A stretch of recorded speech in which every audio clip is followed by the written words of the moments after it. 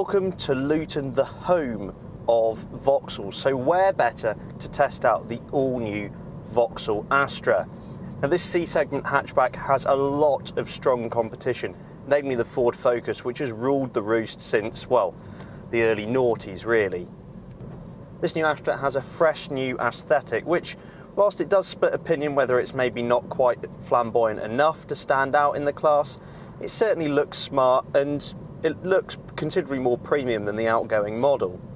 Details such as LED headlights on this specific car and the floating rear roofline all bring the car up to date. This car is the 1.6 litre 134 brake horsepower diesel, and it is in elite trim. So what does that mean? Well, it means that under the bonnet this brand new, what they're calling Whisper diesel, actually lives up to its name. In motion, it's really, really quiet in here. There's relatively good sound insulation from road and wind noise in general, but the engine is somewhat absent. It's a quiet hum in the background. It was a bold move to call it a whisper engine, but it's one that, well, the engine certainly lives up to its name. Performance from said diesel engine is strong, with 320 Newton meters of torque on offer.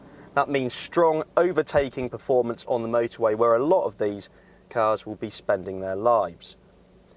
Vauxhall also claim over 72 mpg on the combined cycle. Move inside the cabin and this is where some of the biggest changes are to be found. This area is nice and spacious, it doesn't feel too dark, there's plenty of glass letting in natural light even on this very overcast, muggy day. The interior fit and finish is a real step up over the previous car. Everything is quite a nice soft touch, it feels quite durable as well. But there's also some glossy finishes and aluminium trim. In this top spec car we have leather trimmed seats which are very comfortable, and they're also heated, but not just at the front, in the rear. And off the top of my head I can't think of another C-segment car that offers rear heated seats. That's quite a luxury.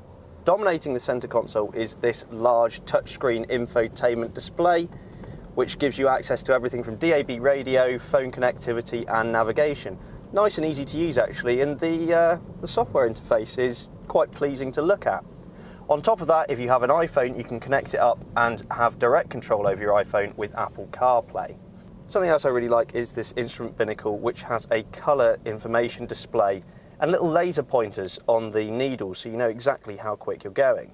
Other nice features of the interior, the dual zone climate control and a new feature called OnStar, which is a system where if I push this button up here, it will call a central database and they can give me everything from directions to where I want to go, assistance if the airbags are deployed, and also diagnostics can be relayed to find out exactly what's wrong with the car if anything were to happen.